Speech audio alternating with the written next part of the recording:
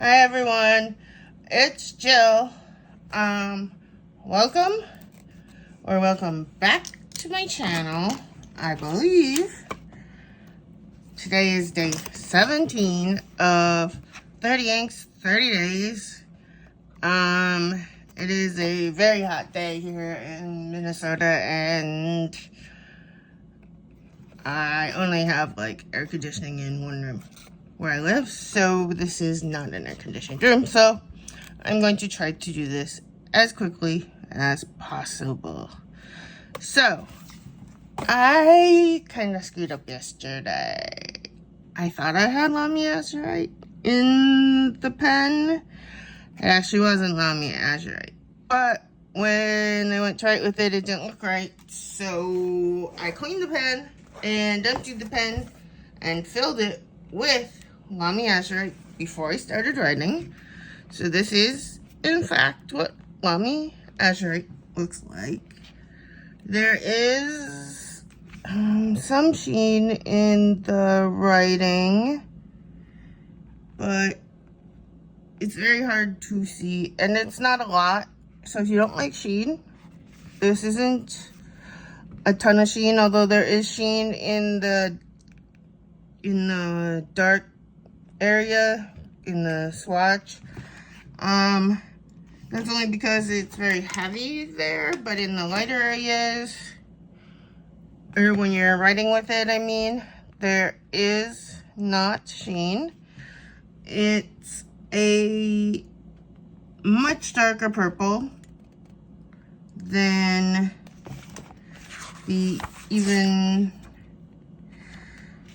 well, not really darker than the day before. It's just more bright, I guess. But it is darker in some ways too, so I don't know how to explain it exactly. But it's another purple that I like, which is not a shocker because I like almost every purple. And today's ink, Salon de Violette, is it's technically a Tassia ink, but it's their Teranishi series, and their Teranishi guitar. It's the same as like what a lot of people really love, the ink Opera Rose. That's Teranishi Opera Rose, and it's the same thing, only it's the purple version, and they call it Salon de Violette. And it comes in a fairly tall, it's not hard to fill a pen from, not like yesterday's. Or not like the Kuretake bottle, which can be challenging to fill a pen from. But this one's fairly easy to fill a pen. And I like this ink. It is not as dark as yesterday's ink.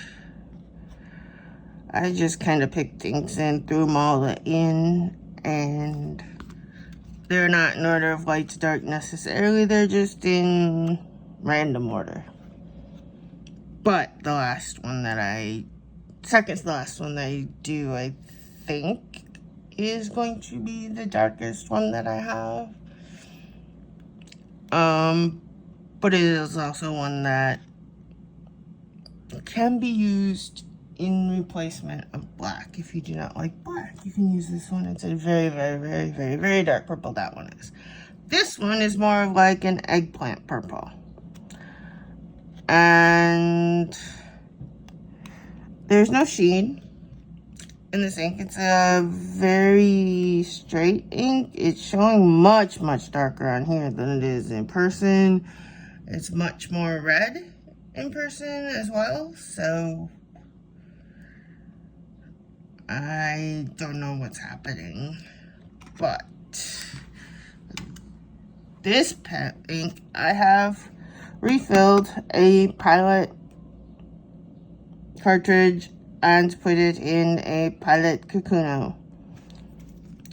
I have these little pens. This happens to be a fine nib, which is great for any ink.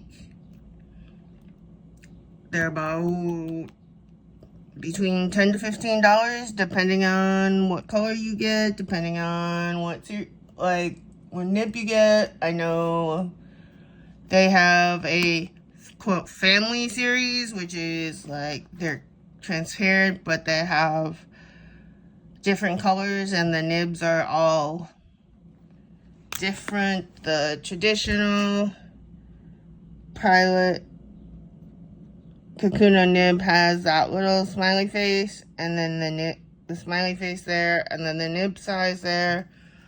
They're great little writers. The Kakuno, the Pilot Metropolitan, and the Pilot, all the Pilot steel nibs are basically the same. So, can't remember the name of the new one. And so, all you're paying for is a different body. And I don't mind this little body. I don't mind. It does have a somewhat triangular grip, but it is not near as much as distinct as on the Lamy pen.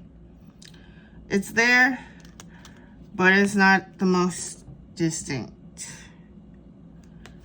And so, if you don't think you're going to want, and you can turn the nib on this one. You can adjust it to however you can use it with your grip.